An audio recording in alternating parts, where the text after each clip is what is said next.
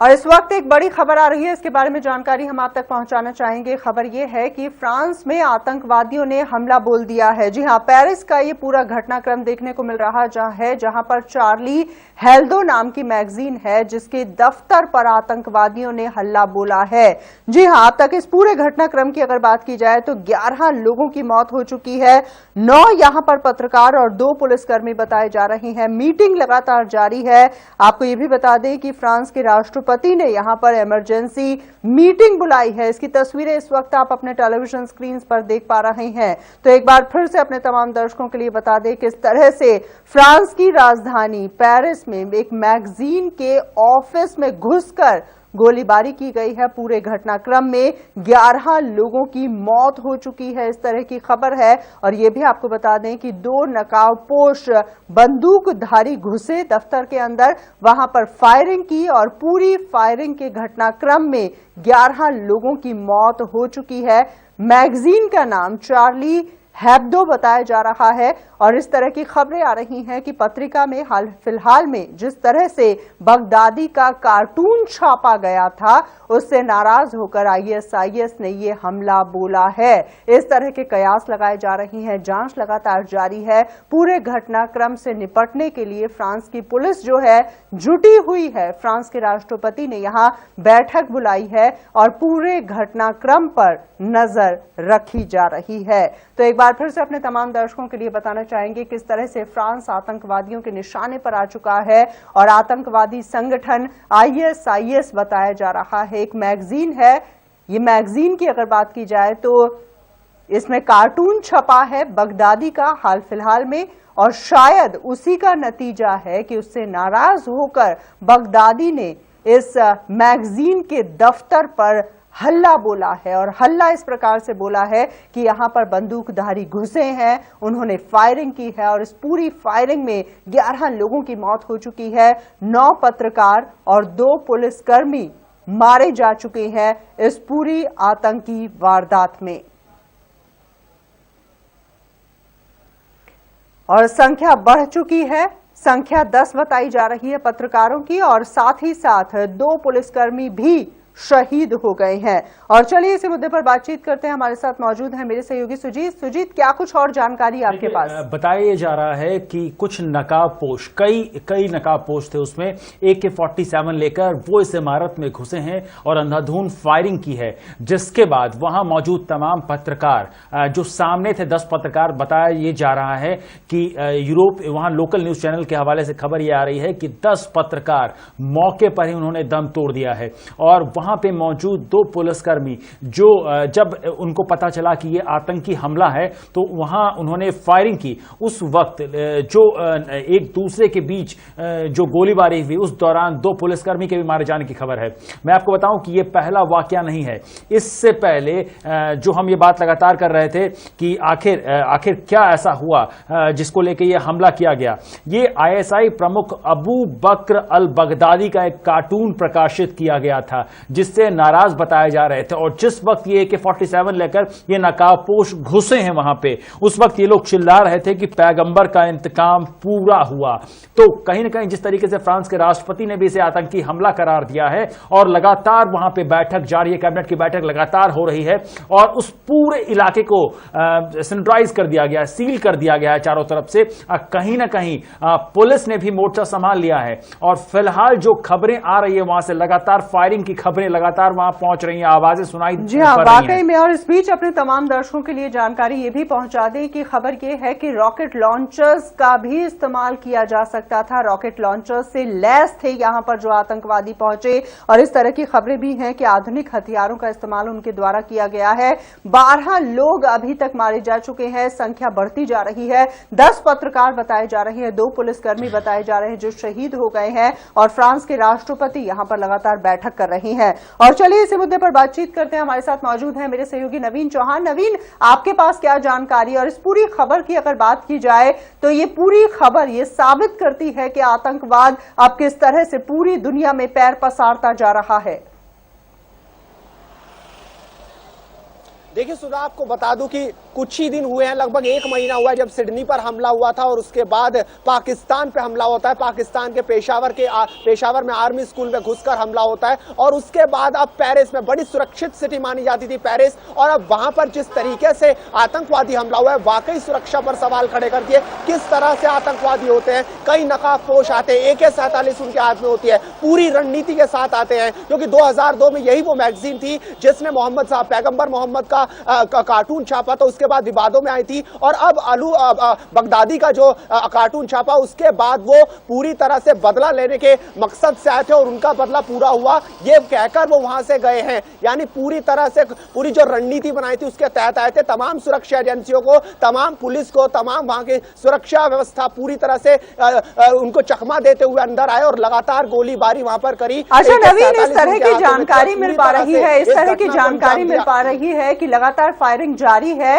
जो बंदूकधारी हैं उनकी संख्या के बारे में कुछ और जानकारी मिल पाई है? हालांकि ये बात कही जा रही है कि 2 बंदूकधारी हैं, तमाम तरह के हथियार उनके पास मौजूद है, लेकिन कुछ और जानकारी की इनकी संख्या क्या ज्यादा हो सकती है?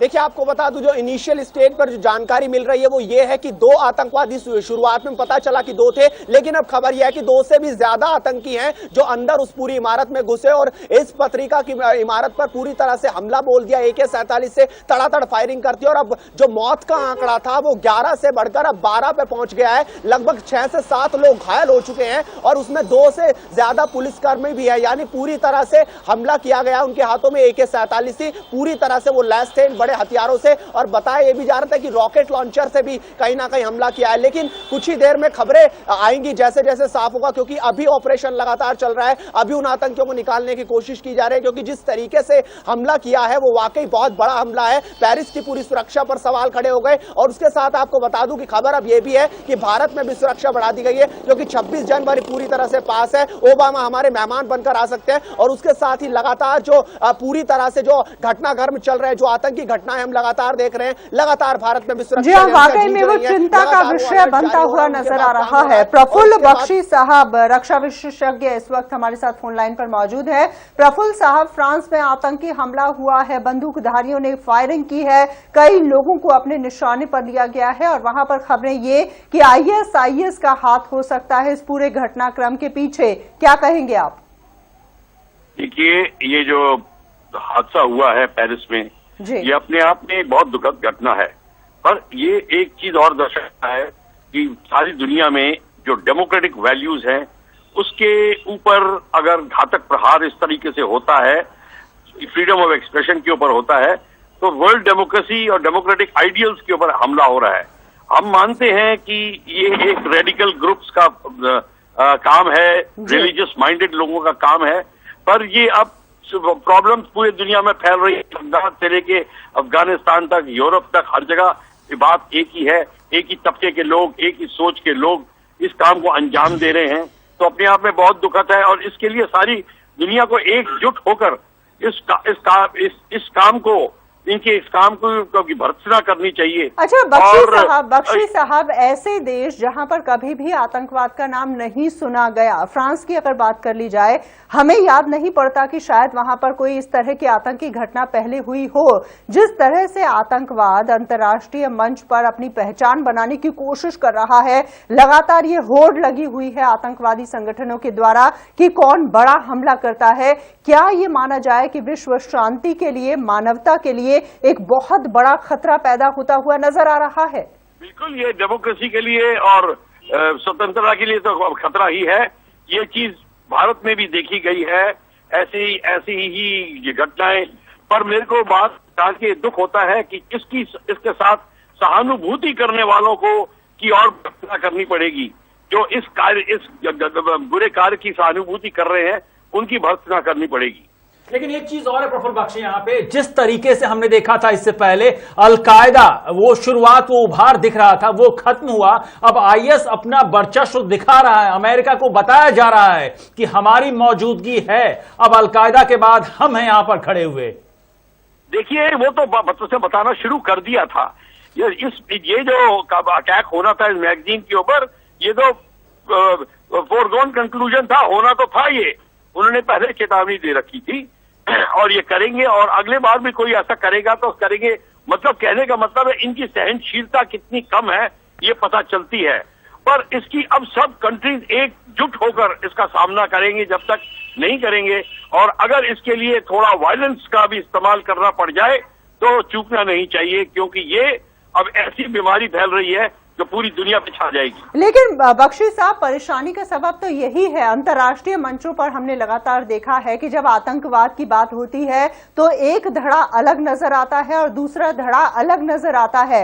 अगर आतंकवाद से लड़ना है तो तमाम देशों को एक मंच पर आना होगा, और अगर इस तरह से गुटबाजी होती है आतंकवाद के नाम को लेकर भी, तो ये अपने आप में बहुत बड़ी परेशानी का सबब है। आपने तो उसका उदाहरण देख ही लिया। अभी कोस्ट गार्ड के ऊपर जो हमला हुआ था, किस तरीके से लोग सियासत कर रहे थे। हम हिंदुस्तान के अंदर वैसे बाहर भी करेंगे, तो जो सियासत करने वाले हैं उनकी भर्त्सना करनी पड़ेगी, उनको रोकना पड़ेगा, उनके ऊपर लगाम लगानी पड़ेगी। ये बहुत जरूरी है। और तभी कहता हूं कि सब डेमोक्रेसीज को एकजुट होकर अब इस बात का प्लान बनानी पड़ेगी। एंटी टेररिस्ट जो प्रॉब्ली बिल्स को अमेंड करना पड़ेगा। जी, प्रफुल्ल जी, हमसे बातचीत करने के लिए आपका बहुत बहुत शुक्रिया। प्रफुल्ल बख्शी साहब इस वक्त हमारे साथ फोन लाइन पर मौजूद थे, रक्षा विशेषज्ञ, और जैसा कि लगातार उन्होंने कहा कि अंतर्राष्ट्रीय मंच पर एकजुटता लानी होगी आतंकवाद का अगर सफाया करना है। अफगानिस्तान में किस तरह के हालात रहे, उसके अलावा पाकिस्तान में किस तरह के हालात हैं, उसको लेकर विचार करने की आवश्यकता है, और विचार इसको लेकर भी किया जाना चाहिए कि क्या वजह है कि आतंकवाद इस तरह से लगातार अपने पैर पसारता हुआ नजर आ रहा है। तो एक बार फिर से इस पूरी खबर पर लौटते हैं, एक बार फिर से जानकारी हम आप तक पहुंचा दें किस तरह से फ्रांस की राजधानी पेरिस में एक पत्रिका के ऑफिस में गोलीबारी की गई है। हमलावरों को अभी तक पकड़ा नहीं जा सका है। जी हां, एक बार फिर से आपको बता दें कि आतंकवादी अभी तक पुलिस की गिरफ्त में नहीं आए हैं, लगातार कार्रवाई जारी है। और इस बीच ये खबर भी है कि 5 लोग जो जख्मी हुए हैं उनकी हालत गंभीर बताई जा रही है।